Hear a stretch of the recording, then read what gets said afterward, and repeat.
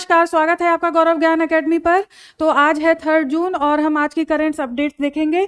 उससे पहले मैं कहना चाहूँगी, अगर आप गौरव ज्ञान एकेडमी पर नए हैं तो प्लीज़ चैनल को सब्सक्राइब करिए, लाइक करिए और शेयर भी करिए।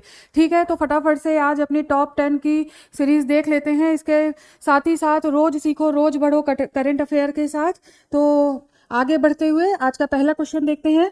भारत के किस राज्य में काला हिरण संरक्षण अनुसंधान केंद्र बनाया जाएगा? तो आपका राइट आंसर है बिहार। बिहार में काला हिरण संरक्षण अनुसंधान केंद्र बनाया जाएगा, इसकी स्थापना की जाएगी। आइए अपने नेक्स्ट क्वेश्चन की तरफ चलते हैं।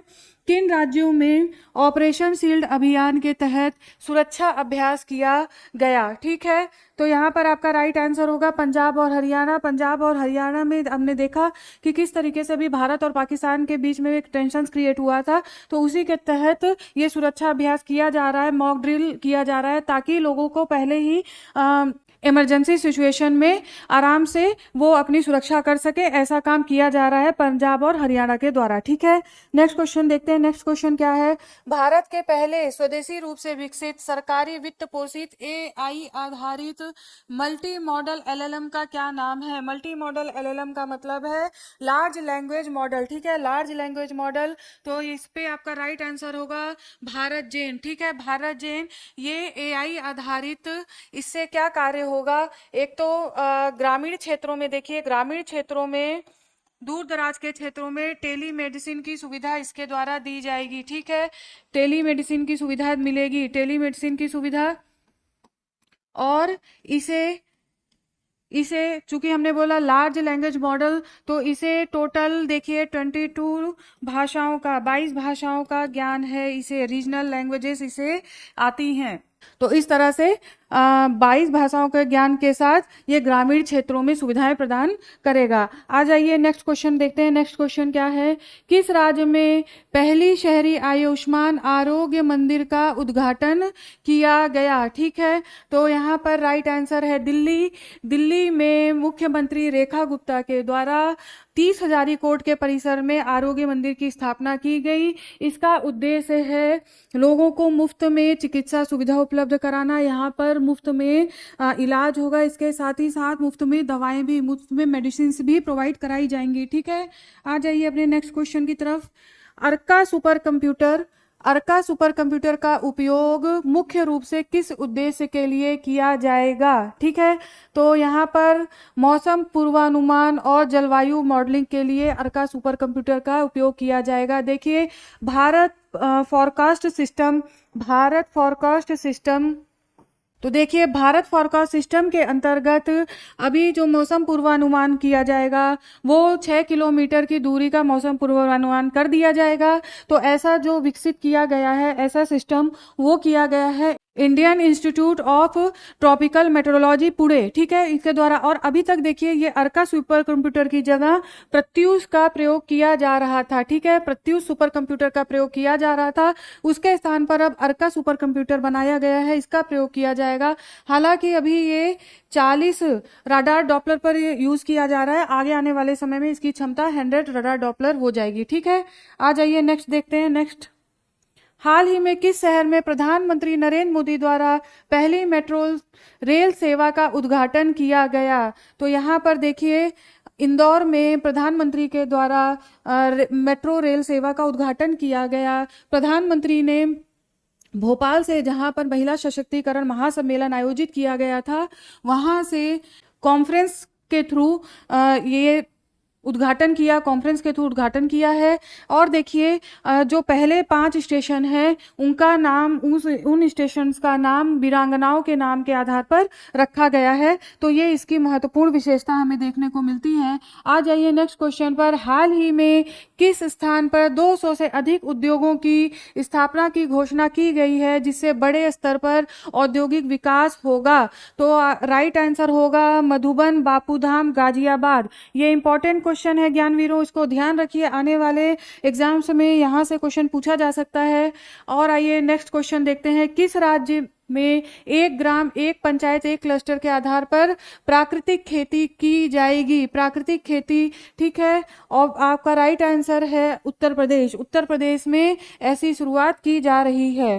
नेक्स्ट क्वेश्चन देख लीजिए, विश्व पर्यावरण दिवस 2025 की थीम क्या है या इसका विषय क्या है? ये ज्ञानवीरों बहुत ही इंपॉर्टेंट क्वेश्चन है, इसको आपको ध्यान रखना है, ये क्वेश्चन आएगा ही आएगा। तो यहाँ पर राइट आंसर होगा प्लास्टिक प्रदूषण समाप्त करना, ठीक है, है एंडिंग प्लास्टिक ग्लोबली, ठीक है। और देखिए, ये जो आयोजन इस बार किया जा रहा है वो किया जा रहा है दक्षिण कोरिया के द्वारा। दक्षिण कोरिया के जेजू द्वीप में, ठीक है, पर्यावरण सम्मेलन किया जा रहा है जेजू द्वीप में, जहां पर इस थीम के साथ कार्य प्रारंभ किया जाएगा। और ये जो पर्यावरण दिवस है ये मनाया जाता है यूनेप, ठीक है, यूनाइटेड नेशन इन्वायरमेंट प्रोग्राम के तहत मनाया जाता है। और यूनेप की स्थापना सबसे पहले 1972 में हुई थी।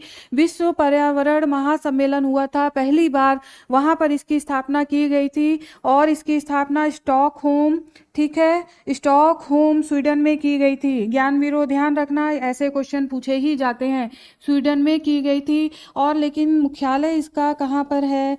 मुख्यालय इसका है नैरोबी में, केन्या नैरोबी में इसका मुख्यालय है, ठीक है। आपको ये ध्यान रखना है, केन्या नैरोबी में इसका मुख्यालय है। तो इतने सारे फैक्ट्स हैं, आपको ध्यान रखना है। आ जाइए नेक्स्ट क्वेश्चन देखते हैं। हाल ही में जारी आंकड़ों के अनुसार वित्त 2024-25 में भारत में प्रत्यक्ष विदेशी निवेश एफडीआई का सबसे बड़ा स्रोत कौन सा देश है? तो वेरी वेरी इंपॉर्टेंट क्वेश्चन। देखिए, इसमें राइट आंसर है सिंगापुर। सिंगापुर अभी 2024-25 के अनुसार भारत का सबसे बड़ा एफडीआई देश बना है, ठीक है। नेक्स्ट क्वेश्चन पर आ जाइए। भारतीय वायुसेना के ग्रुप कैप्टन शुभांशु शुक्ला किस अंतरिक्ष मिशन के तहत अंतरराष्ट्रीय अंतरिक्ष स्टेशन की यात्रा करने वाले हैं?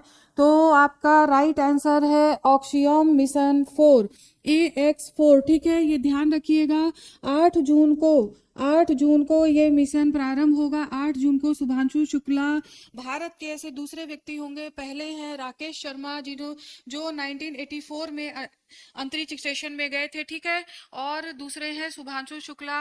और इसका जो रॉकेट का नाम है वो है फॉल्कन 9 रॉकेट, ठीक है, जो कि स्पेस एक्स का है, ठीक है, स्पेस एक्स का है,